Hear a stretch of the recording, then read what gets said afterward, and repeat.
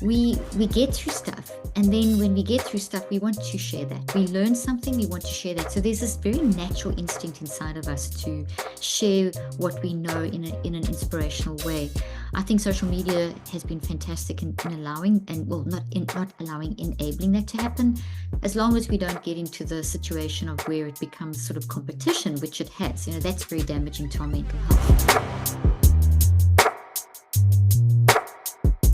Hello, my name is Aaron Wexler, and welcome to another episode of Within the Game. Let's go. Within the Game is all about sharing inspiration, right? That's what it's all about. I've just been so interested in that topic of what keeps you inspired, right? And so I just love speaking with inspirational people and sharing inspiring ideas. And so that's the whole idea of the show. And so if you are a fan of the show, a great way to support the show is to buy a copy of my book, The Inspired Athlete, as well as to share this episode with anyone you think would benefit from it. Also, I want to hear from you. If you're watching this on YouTube, throw a comment below, a question for my guests. And also, please follow and support my guests. And today's guest is the one and only Dr. Caroline Leaf. Dr. Leaf, thanks so much for being here. Thank you. It's so great to be with you, Aaron. Yeah. Dr. Leaf is an inspiring neuroscientist, mental health expert, TED Talker, author, and podcast host. She has published 19 best-selling books in 24 languages, has over 50 million downloads on her award-winning podcast, Cleaning Up the Mental Mess, and over 9 million downloads on YouTube. Her passion and mission is to help people see the power of the mind and teach them how to control their thoughts and emotions and learn how to think and find their sense of purpose in life. I absolutely love that. Your website is drleaf.com. Instagram is Dr. Caroline Leaf. And thank you to Craig Siegel for the connection. And Dr. Leaf, the very first thing I like to start with all these episodes is this idea, this concept of inspired living. What does that mean to you? Loving what you do. If I, often my family will say things to me like my mom and my sisters, and we just actually visited them in South Africa, and I did visiting them, and in between I did conferences, and then I had calls, and that's just what I do. And they would say things to me like, "You're so busy." I said, "But I love it. My work is so inspirational, and I have to really get not over-inspired, because then I don't rest, and then you can lose your inspiration." So yeah, I love what I do, and I think that brings through an authenticity. And so inspiration for me is a love of what you do, and an authentic love of what you do, and being an authentic person. Absolutely love that. And I just have to give you love because you're so visible. You put yourself out there so much, and that's so cool, right? Because it's not easy for everyone to do that. It's not easy for me to do that. I started this podcast journey. I'm loving it. It's so fun to connect with people like you, but talk about like that visibility and your just desire to share. Where does that come from? I think there's an interesting study, and this is not what it's part of the inspiration, but it kind of explains it. There's an interesting combination of research that shows that the more you help others, the more you actually help yourself. Yeah. There's a lot of work in that area. And also, if you just think of it, like, you interview a lot of people, I interview a lot of people, and anyone who's been through anything, which is every human, we get through stuff, and then when we get through stuff, we want to share that. We learn something, we want to share that. So there's this very natural instinct inside of us to share what we know in an inspirational way. I think social media has been fantastic in allowing, and well, not allowing, enabling that to happen, as long as we don't get into the situation of where it becomes sort of competition, which it has. That's very damaging to our mental health. But being out there in an effort to help others creates an enhancement mindset, which is very linked to inspiration. And an enhancement mindset is something I write about quite often and speak about, and that is the opposite of a competitive mindset. And the competitive mindset, and it's probably interesting to you write about being an inspired athlete and so on, is we talk about competition, but there's competition and there's competition. There's competition where you are improving a skill, and then there's competition where you are trying to be better than someone else, but from a negative standpoint. So it's not improving a skill. And so the enhancement is celebrating other successes, and celebrating and helping others, and recognizing there's something you can do that no one else can do, and that they can do something that you can't do. So if you can come together and celebrate, and that's when we enhance, and we see that that improves the whole mind, brain, body function, or physiology, our mental peace, just our enjoyment of life, and it makes us decent humans. That's a beautiful way to put that. And it's such a great segue to my next question for you, which is this concept of the inspired athlete. And I want to ask you about that because for me, what that is this energy inside all of us that wants to breathe and move and have fun and compete. And winning is like icing on the cake, but like that energy for me, it's helped me become more joyful in my athletic experience. What does that mean to you, the inspired athlete? I think that okay, we bring it into the context of your world, which is sport. Yeah. So that the in terms of the joy, I think when we as humans, there's always we grow and repair. We grow and we learn. We hungry for that. It's part of our whole mind, brain, body, which is our psychoneurobiology, which is the field that I work in. It's natural. We want to grow. It's nutrition.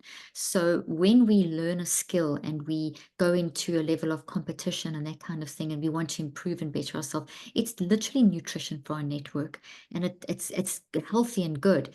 And if we can keep the enhancement competition balance, then it's really great for our growth as people. And you mentioned the joy and the challenges and conquering challenges. We're just hungry for that. It's our nature. It's our human nature to do that, but we've got to keep it balanced, because I think sometimes we can get unbalanced in getting negative about it. So it's to keep things very positive, and that keeps our mental health in a good place. And so when you talk about the unbalance, right, for me, what comes up is the ego, right? And I'd love to get into that with you, right? The ego wants to take over sometimes and wants to win and wants to grind. And winning is a good thing. I think there's totally a good, balance of that, right? We need our ego. I think I don't want to demonize the ego, but I think that when you talk about that balance, I'd love for you to talk about that in a mind-body connection kind of way, because that's your wheelhouse, So, and a lot of the listeners of this show, want to be the best version of themselves, whether it's in the athletic performance or even in business, right? Entrepreneurs. So yeah, talk about the mind body connection and that balance. well, everything about our physiology is all about homeostasis. So it's bringing everything back into balance. So what is the mind brain body connection? Maybe that's a great place to start. Hmm. This is something that philosophers have debated for thousands of years. The whole thing of what is the mind, what is the brain, what's the center of control, and all that kind of stuff. And it's still a debate that's ongoing. I find it quite interesting because I think that the debate we should have debate. That's how we get scientific discovery and how we grow as humans, and all for the debate. But what I find very interesting is how it's become very circular when it comes to mind. And in the current kind of scientific zeitgeist, mind is seen as this thing that we can't really touch and measure. So it's this unknown. So it's sort of like it's still got to be discovered. And therefore, we need to focus on the physical, which is the brain and the body. And then that created a whole thing where the mind was subsumed into the brain. So most people in over the last 40, 50 years speak about the mind and the brain as though they're the same thing, but they're distinctly different.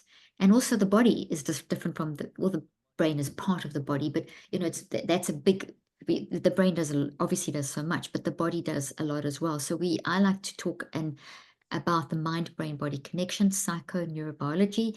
And it's not even so much what I like to talk about. If you track back thousands of years and what ancient philosophy has discussed around this concept, its mind is the thing that is driving you as a human. And the most easy way to understand this is to think about the fact that if you did, you could not compete in any sport. You could not do anything. You can't breathe. Your brain and body are disintegrating. But while you're alive and sitting here right now, at the moment, as your listeners and viewers are participating, you are building 800 to a million new cells every second. There's life happening. Your heart's pumping. Your blood is coursing through your body. You're breathing. You have got genetic expression happening. All of that is driven by a force, and that force is your life force, and that life force is your mind. And your mind has all these different levels and that kind of thing. And we can maybe talk a little bit about that. But a simple example in the world of sport is that you know yourself how much preparation goes into winning that, to getting ready for competition and winning that competition. And I totally agree with the statement you made earlier on. we've got to be careful of this philosophy of, oh, everyone's a winner. No, not everyone's a winner. Part of enhancing and celebrating others is to recognize, hey, that person has that skill that is, it's better than your skill, and they train to get there. Maybe it's a combination of nature, nurture, I factor, whatever combination it is. I mean, that's combination in their unique way. But winning is part of what drives us. So instead of being threatened by someone else's win, it's a celebration of someone else's win, because wow, that's a new goal. That's a goal I can work towards. It's a celebration of what they went through to get there. And when you do that, you improve yourself. So I'm all for the winning in terms of celebration and enhancement. And that ability to celebrate someone else's win, that's your mind doing it. It's not your brain doing it. It's your mind doing it. Your brain can't do anything without your mind. It's not, people will often read things or hear people's neuroscientists say things like, well, your amygdala and the limbic circuit is responsible for your emotions, and this and the amygdala. And your amygdala can do nothing without your mind. Your amygdala is a thing in your brain, and your brain is a structure, and your heart is a structure, but they're not doing anything unless you're alive. So the mind is the driving force. It drives, and the brain and the body respond, and they work as a network. The three are important as an integrated whole, because the mind can't express itself without the brain and the body. And the brain plays a very specific role in what it does, and the body plays a very specific role. The brain tends to store the experience in a very holistic way, and the body also stores our experiences, but in kind of a different perspective way. So, and the mind is also storing. So in this conversation now, to bring this down, make it more simple, think of your mind as being the sky, and think of the sky and its energy, and it goes all around it. Like, where does it even start and end if you think of the sky? It's this all-encompassing concept. And then in the sky we have clouds, and we know clouds are made of millions and billions and trillions and gabillions, whatever, of raindrops. And some clouds are very wispy, and some are big, and some are storm clouds, and all that kind of thing. So there's different clouds. So the mind is the sky, and it generates this energy, and takes all of the experiences and builds that into these clouds. It takes the weather and all the gravitational fields, and clouds are forming. So the clouds are like your thoughts. So thoughts are the result of our experiences. So you training to be an athlete, each training experience is another cloud that's building, and you have all these interact. So you're building these clouds, and they change because the cloud is never the same, and the weather changes, so you changing. So that's why the cloud being thoughts and the mind being the sky is a great analogy. Now think of that sky and that cloud, and think of in the ground, we've got grass, and we've got hedges, and we've got trees, and we've got gardens, and we've got nature and all the plants of nature. Now that is the more structured things, like trees would be what the clouds become inside your brain. So I said that the mind needs the brain and the body. So the mind becomes, as the mind builds the cloud first, then it says, okay, well, I can't really express myself in the sky, so I need now to get physical. So it puts it into the brain, and that cloud looks like a tree in the brain, a tree-like structure made of proteins and chemicals and all that stuff, and growing out of the neurons and whatever. And then in the body, at the same time, it happens at the same time, there are multiple perspectives of that experience, that it is a cloud in the sky, a tree in your brain, built as hedges, which are little, think of garden hedges, little hedges inside our cells. So that cloud is a cloud in the sky, a tree in the brain, and hedges in your cells. And your heart has a cluster of hedges that has one perspective, and your lungs another perspective. And so all the systems of your body generate a different perspective. And this is why our entire mind, brain, body network is involved in that preparation for that act and that athletic pursuit, whatever it may be.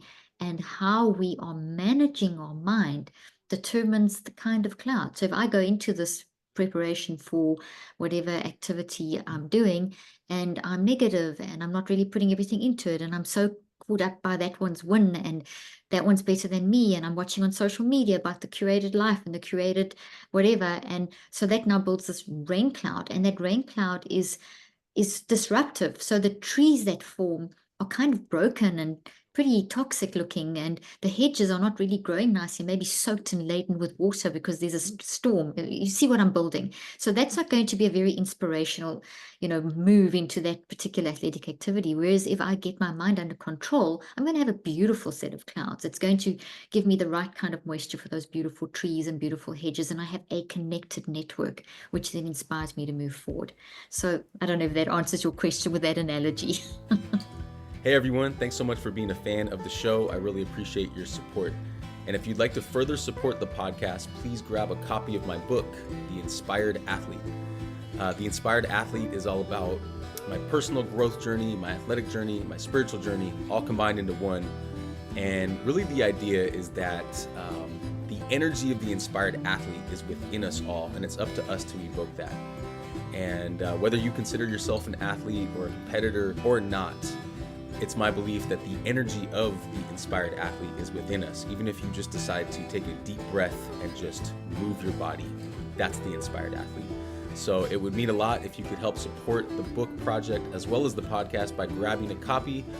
Links to the Amazon paperback version as well as the Audible audiobook version are listed below in the description. Thank you very much for your support. Stay inspired, y'all. No, that is absolutely beautiful. And do you notice the cloud right behind me right here? Yes, I did. So it was, I thought you spot on. You didn't know I was going to talk about clouds. No, I didn't. And I put that there just to remind me, because I took that photo. And for people listening right now, there's a photo behind me of a beautiful cloud I took on a hike that actually reminds me of an angel. And so the way you put that just made me smile. And I thank you for saying that. And I just love talking. I love speaking with doctors because you have a way of just putting words together and pictures together that just really illustrate these points so eloquently. So thank you for that. I want to take what you said about the cloud and the sky and our mind, and I want to ask you about manifesting, because that word has become sort of a cultural word these days. But I'm really interested in it because it applies to this idea, for me anyway, of inspired living or staying inspired, of like going after what we want, right? We want certain things, whether it's, in sport, in business, in life, and our days are kind of filled with that. What do we want? How can I go get what I want?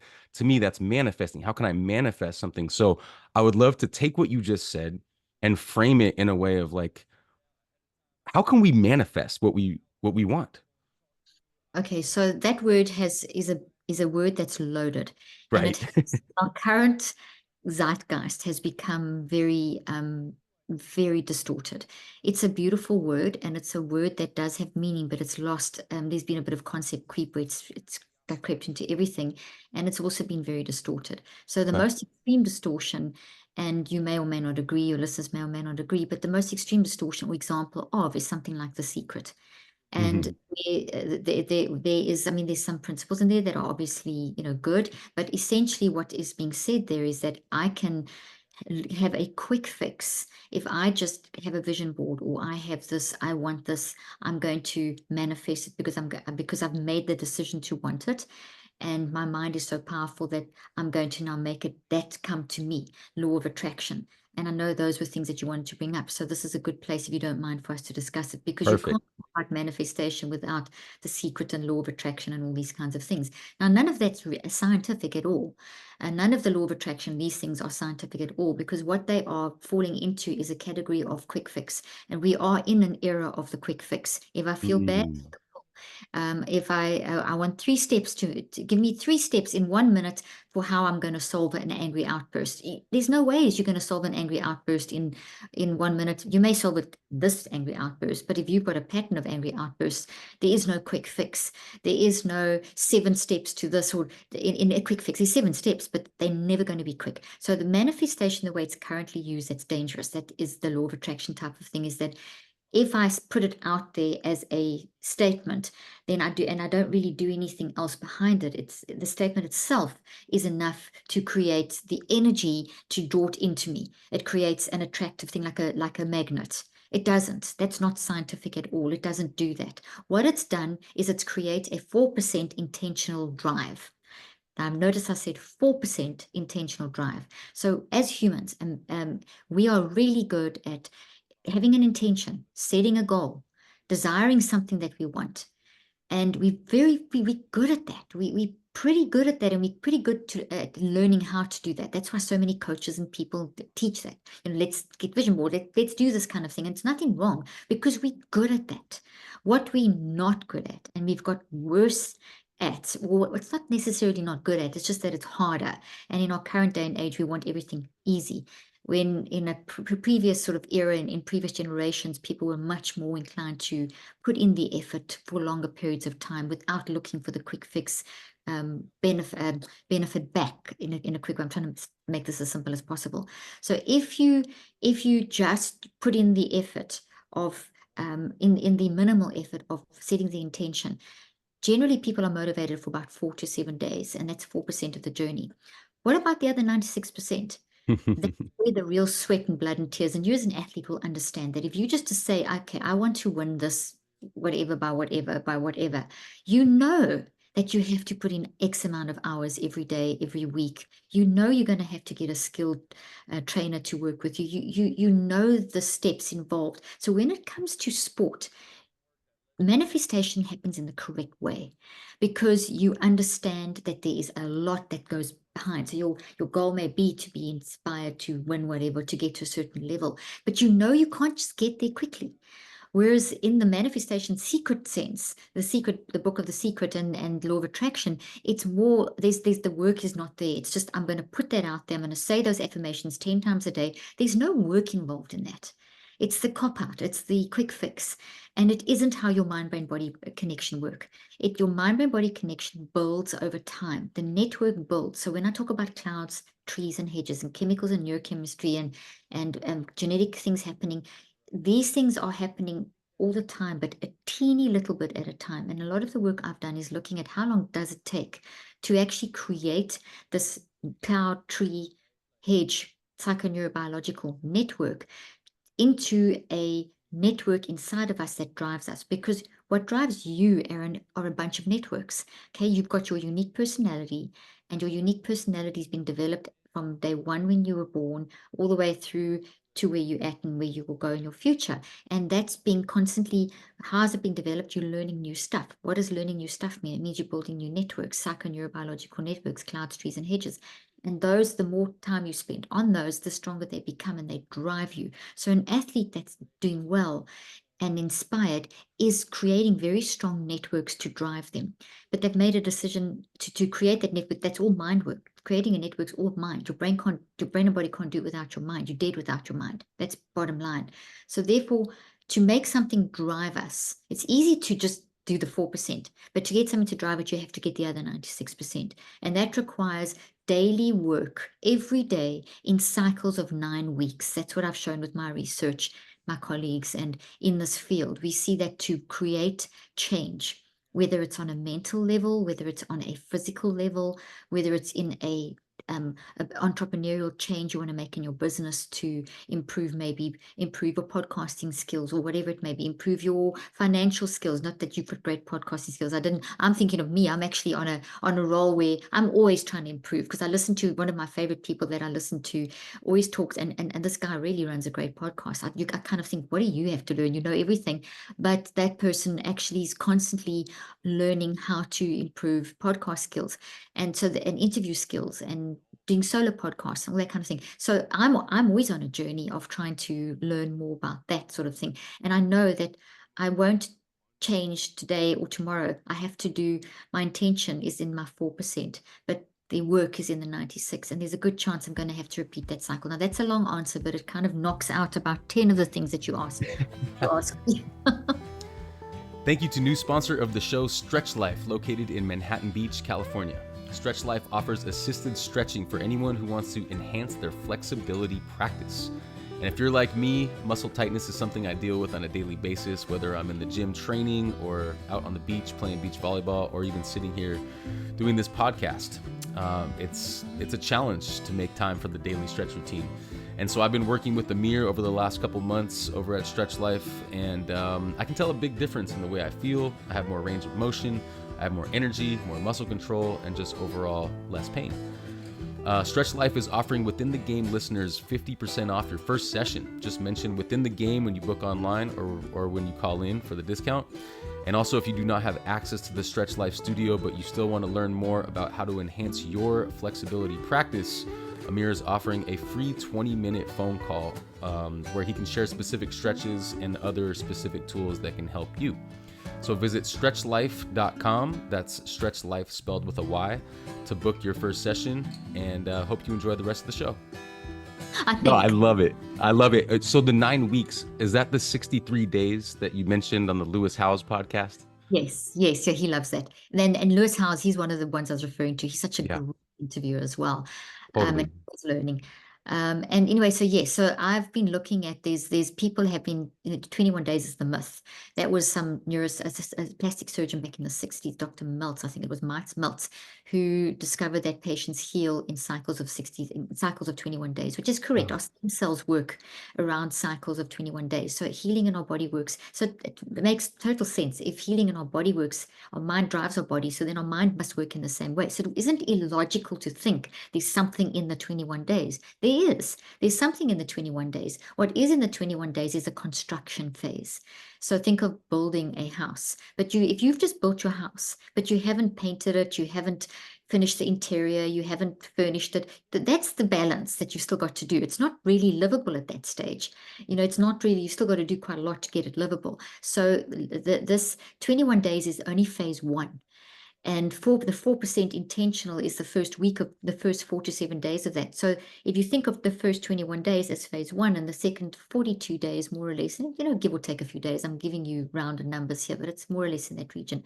You're looking at phase two is looking at the stabilizer, what we call the stabilization phase. So you deconstruct and deconstruct an old habit, construct a new habit. That happens in the first 21 days. And there's a lot of energy that goes into that. It's a building phase. But at the end of that, your clouds are small, your trees are small, and your hedges are small. And the connection between them is still quite tenuous. So the next 42 days is how we then take that and increase the connection between the cloud, brain and body. Otherwise, we're not going to have a full mind, body, brain experience, which means it won't drive us properly. We won't make the sharp and change. And we've also got to grow it bigger. The tree has to get bigger. The hedges have to get bigger and stronger. They have to be well rooted. The clouds have to get strong enough to, build up that rain, that the rain can come out, that kind of thing. So in a nice, not a destructive way, but a balanced way, that balancing we mentioned earlier, which I didn't really fully explain, but everything's got to be balanced. And so that's essentially what you're doing with the two phases. So that system of how you go from day 1 to day 63 is how you build a habit build a habit, because a habit has to be constructed, it has to be stabilized. When you've done all of that, it's then automatized.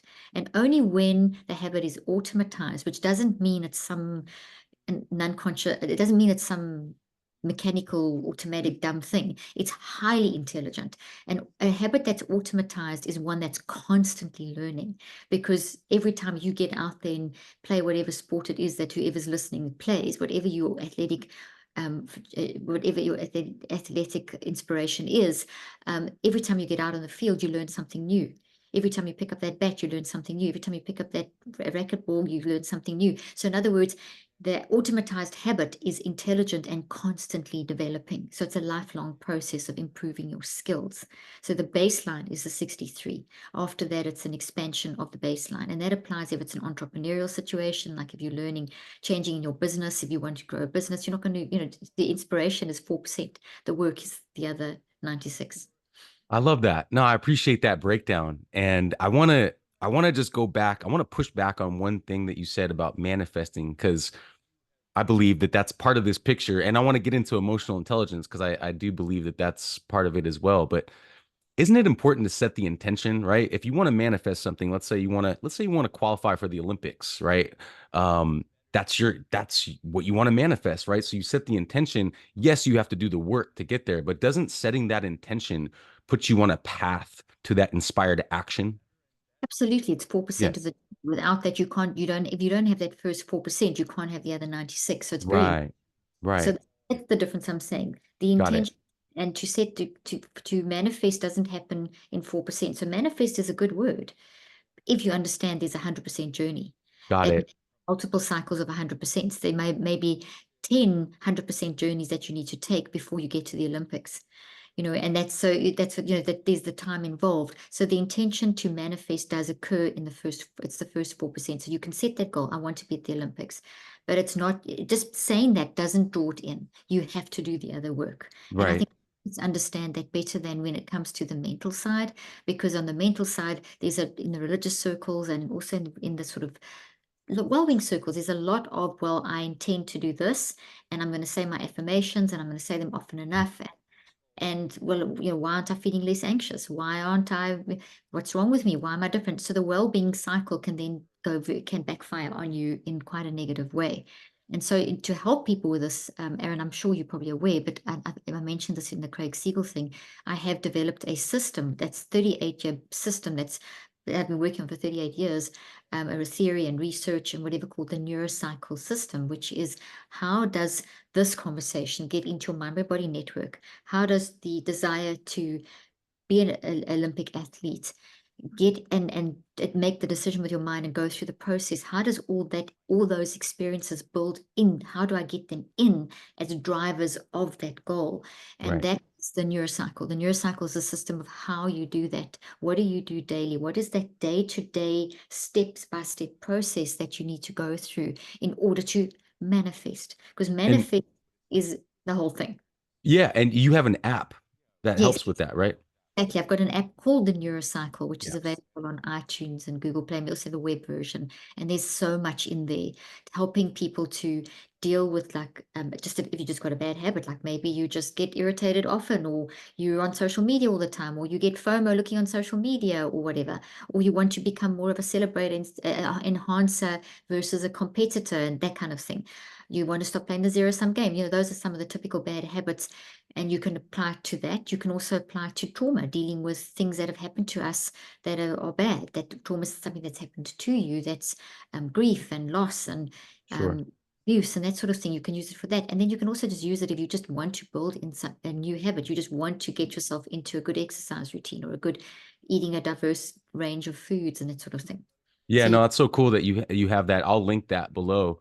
I want to use this opportunity to talk about emotional intelligence and some of the like the lower vibe emotions like anger, frustration, sadness. Those I think that's all part of this picture of manifesting what you want and managing your mind, which I just love that you are bringing that idea forward.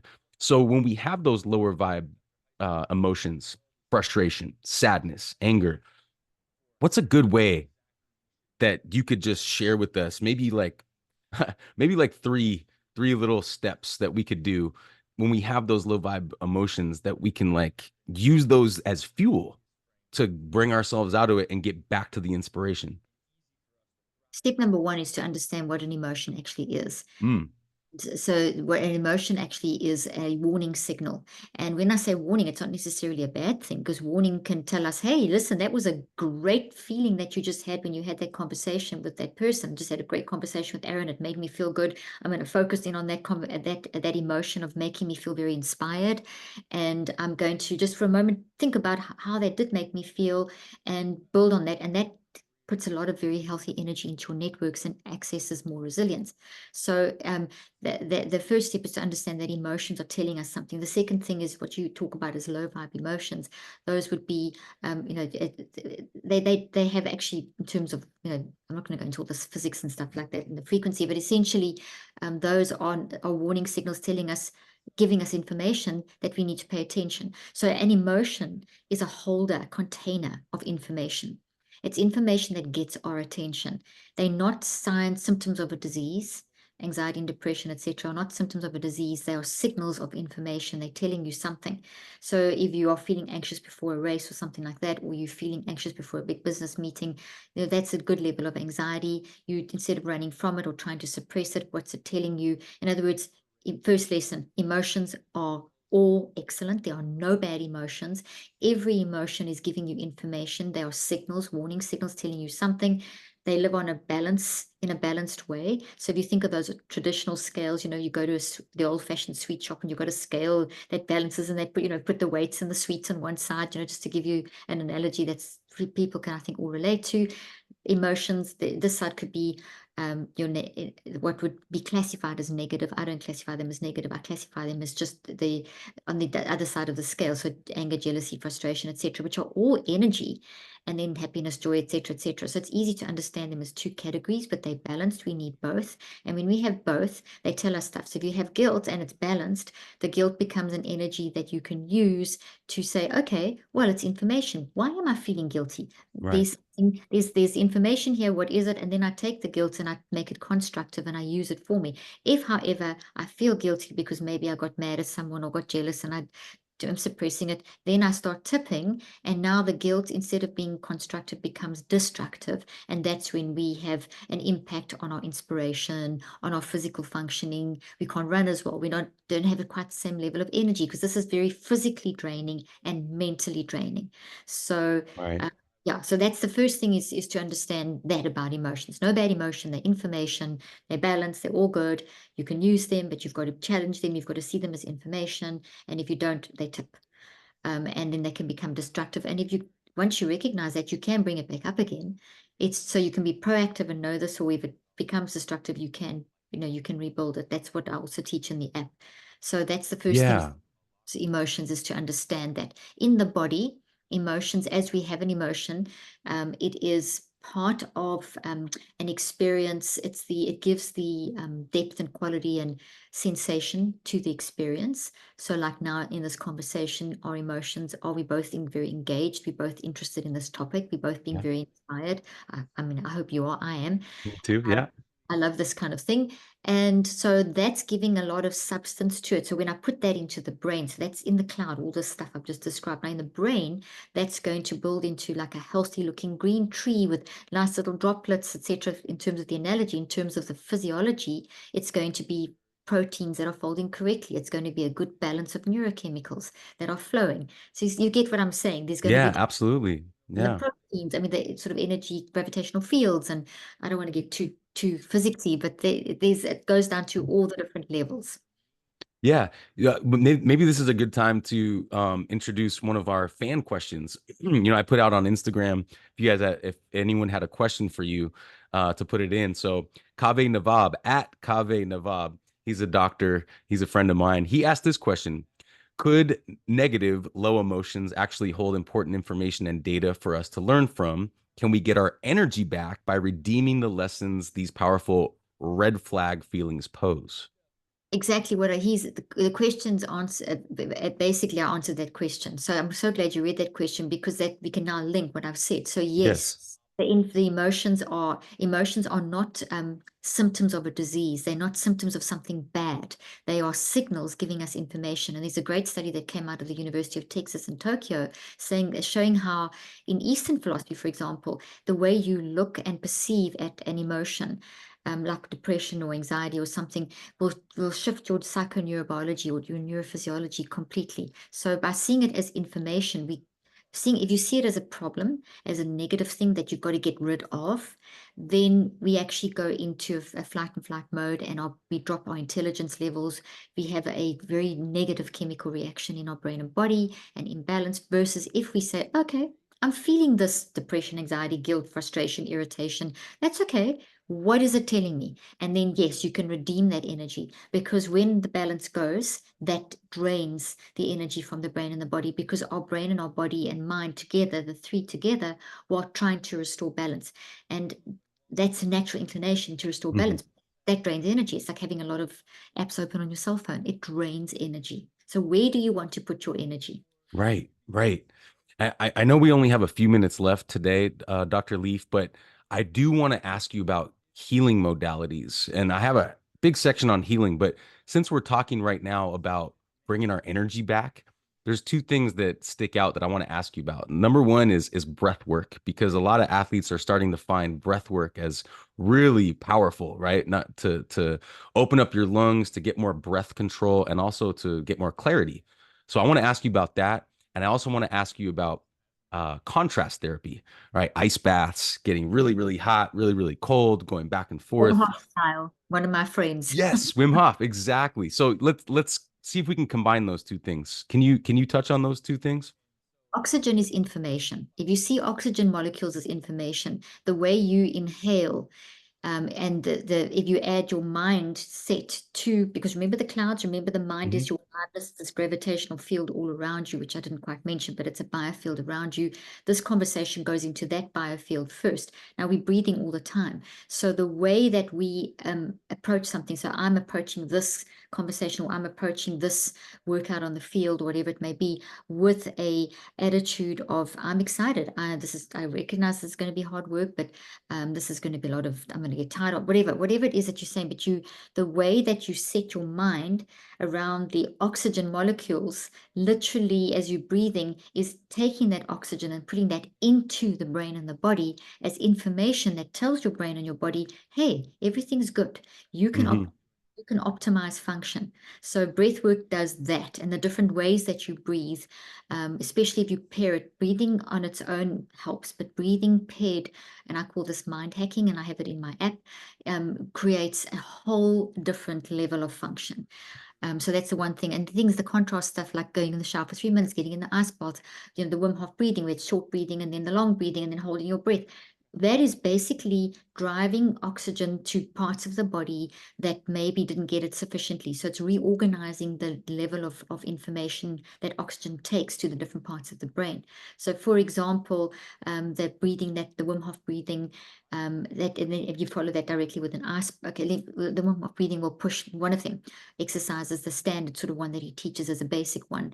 I have an exercise where you breathe in for 3 and out for 7. You do that 6 times. You will feel a high. You can literally feel this feeling in the front of your brain, because it's pushed oxygen up there to that part, and that part, when you're consciously awake, works very nicely with the rest of your body to make good decisions.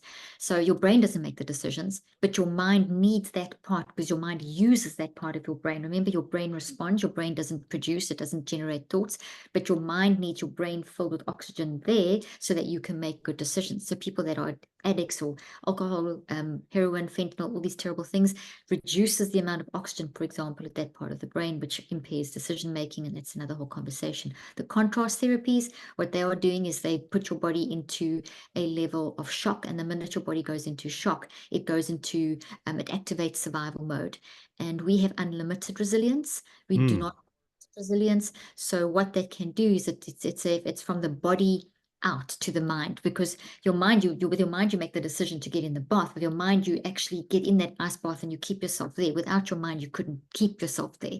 So the fact that we can increase our amount of time that we stay in an out bath, in an ice bath, is based on how you're using your mind. So that's the mind aspect. The contrast creates almost like a positive shock to your genetic functioning, high, medium, and low genetic switching on and off of your genes, which is happening 24/7, and it activates the survival mode. So it puts you, and the theory behind it is that I'm trying to explain a complex theory, but as quick as I can and simplistically as I can, that it basically puts it on another level. Now, not everyone likes it. Not everyone has to do it. You don't have to do that to have your genes functioning at a high level. You do that anyway with your mind. And that's the research that I've shown. Using the app, you can actually change your mind function. And if you add the ice baths, it's a bonus. If you add the breathing, is a big part of it.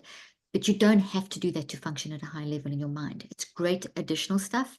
It's a great discipline thing.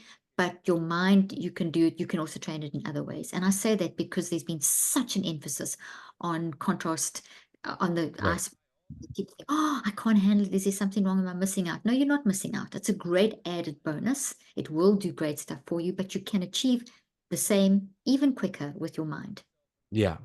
Dr. Leaf, I know we're about at that time, but just last question from Sana, at Mind of Sana. How do the longer, deeper breathwork techniques affect the brain?